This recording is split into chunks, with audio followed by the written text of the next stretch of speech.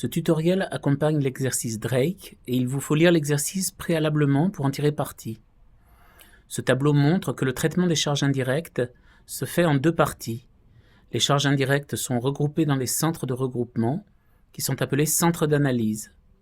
Ces centres de regroupement peuvent correspondre à des fonctions ou à des services existants dans l'entreprise. Ils peuvent aussi être des regroupements virtuels de charges indirectes.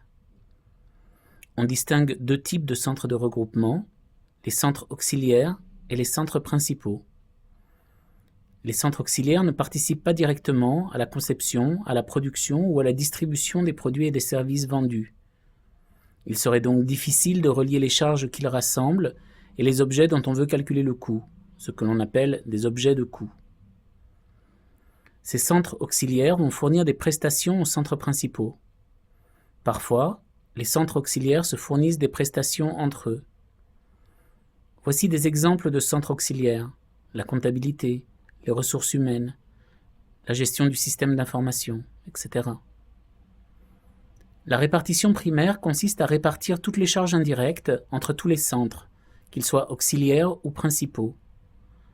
La répartition secondaire consiste à répartir les charges des centres auxiliaires vers les centres principaux. Au final, il ne restera plus que des centres principaux.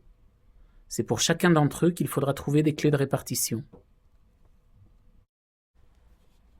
Mettez la vidéo sur pause et demandez-vous si, pour l'exercice Drake, les trois centres d'analyse qui décomposent le centre administratif sont auxiliaires ou principaux. Posez-vous la même question pour les trois centres de coûts que sont l'approvisionnement, l'atelier et le service commercial. Le siège de Drake fournit des services qui ne bénéficient pas directement aux produits. Ces trois centres administratifs sont donc des centres auxiliaires. Les trois autres centres, l'approvisionnement, l'atelier et le service commercial, sont des centres principaux. L'approvisionnement achète et stocke les matières et composants qui vont entrer dans la fabrication des produits. L'atelier les fabrique et le service commercial les vend. Le premier centre auxiliaire ne nécessite pas de clé de répartition puisqu'il est entièrement alloué à l'atelier de fabrication, ce qui explique pourquoi la cellule en bleu, F6, est la seule cellule à remplir dans la ligne 6. Les bâtiments verront leurs charges indirectes réparties entre les trois centres principaux, cellule bleue de la ligne 7, au prorata de la surface occupée, comme on le voit dans la troisième colonne de la diapositive montrée à gauche.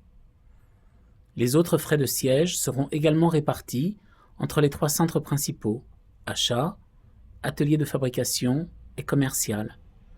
Cette répartition se fera au prorata des effectifs qui sont indiqués dans la deuxième colonne de la diapositive.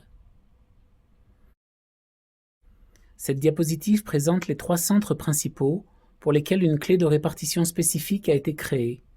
En France, on appelle cette clé de répartition unité d'œuvre.